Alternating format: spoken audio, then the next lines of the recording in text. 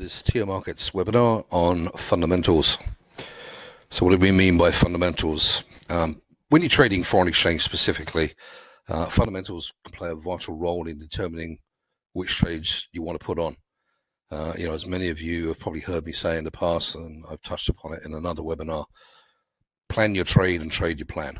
And part of that could involve technical analysis, either purely to pick an entry level or an exit level, or to back up a fundamental view that you might have developed, doing your research. Whenever you're trading foreign exchange, you are by definition buying one currency and you're selling another currency against it. So it's sort of a relative trade. If you're buying Australian dollars, you're selling Canadian dollars. You're buying euros, you're selling Japanese yen. You're buying US dollars, you're selling New Zealand dollars. You're buying one, you're selling another one. So you're always looking at the relative strength between the two countries that you're looking to trade. The easiest way to do that is to look at the fundamentals, and that really is a sort of the economic data that we see, coming out each week, each month, that gives us an idea of how the economies of the two countries we're looking at are performing. There's a lot of different things to look at. Some traders will pick one particular number and kind of go off that as a gauge of economic health, and some will try and incorporate a broader picture of all these different indicators to build up an idea of what sort of trade they want to put on. So what are we talking about? We're talking about relative employment levels or unemployment levels, inflation, retail sales, gross domestic product, wage growth,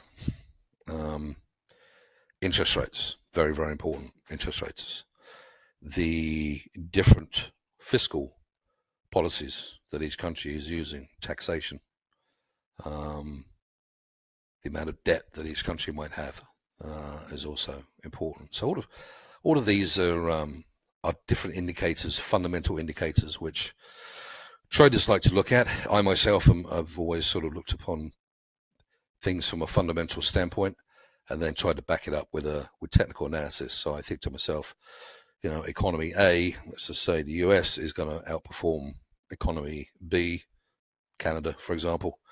So I want to buy dollars against the Canadian dollar, and then I'll use technical analysis to look at the chart and say, okay, I want to be long US dollars against the Canadian dollar. What's a good level to get in? Where's some good levels of support?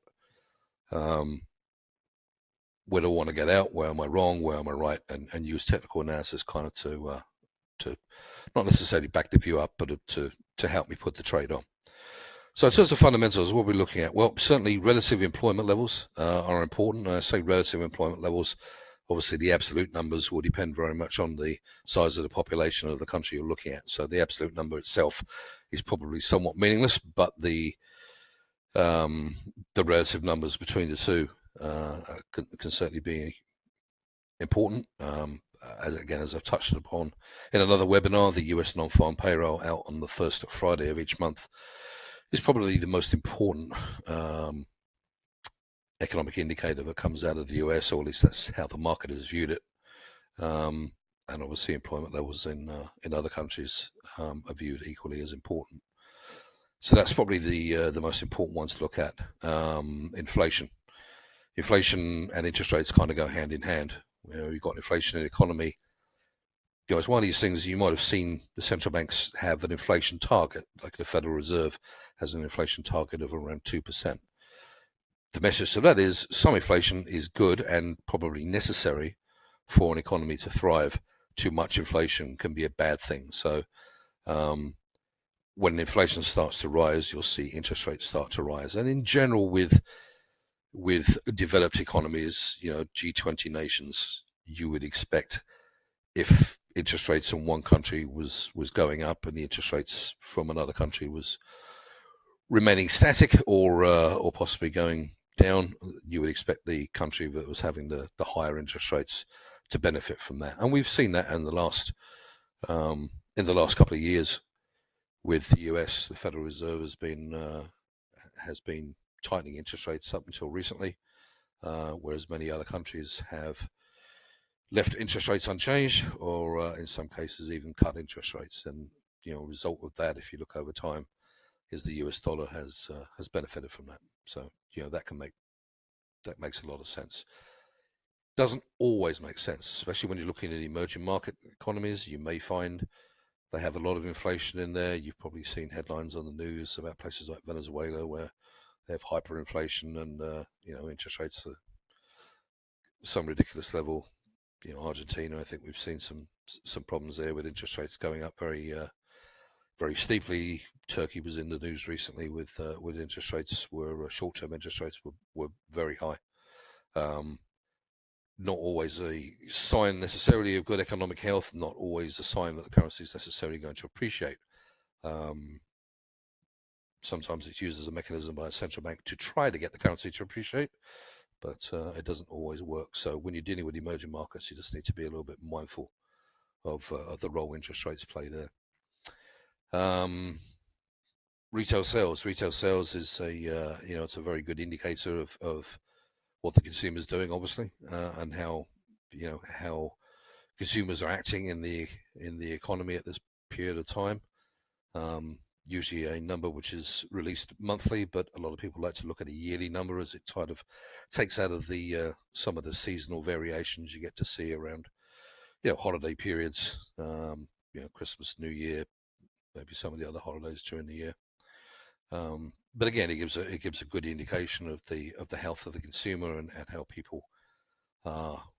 happy people are to spend. Obviously, in times where economic conditions are tougher, people tend to spend less, and we would expect the retail sales number to be weaker. So again, it's one of those things you compare on a relative basis between the two countries that you're looking at. Gross domestic product, an overall measure of how the economy is performing, often not everywhere, but often released quarterly, and then annualized number as well, and gives a good indication of where a particular country is in the economic cycle.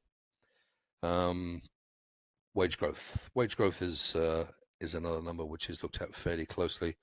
Again, you would expect when things are going well, you would expect wages to increase, bonuses to increase, and when things are not going so well, you'd expect wages and bonuses probably to decrease. And again, you want to look at it on a relative basis between the two countries that you're looking at. So that's that's a sort of quick overview of the of fundamentals. You also add into that, taxation as well, fiscal picture.